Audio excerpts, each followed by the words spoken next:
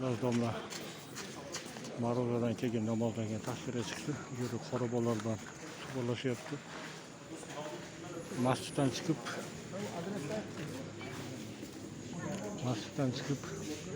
ilm ahillarida xonadoniga mehmonga borishar ekan yoki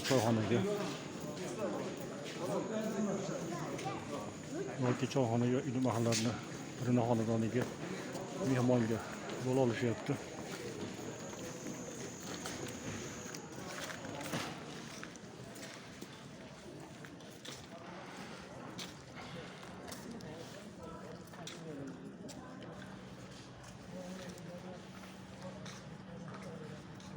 Mashinaga chiqdi.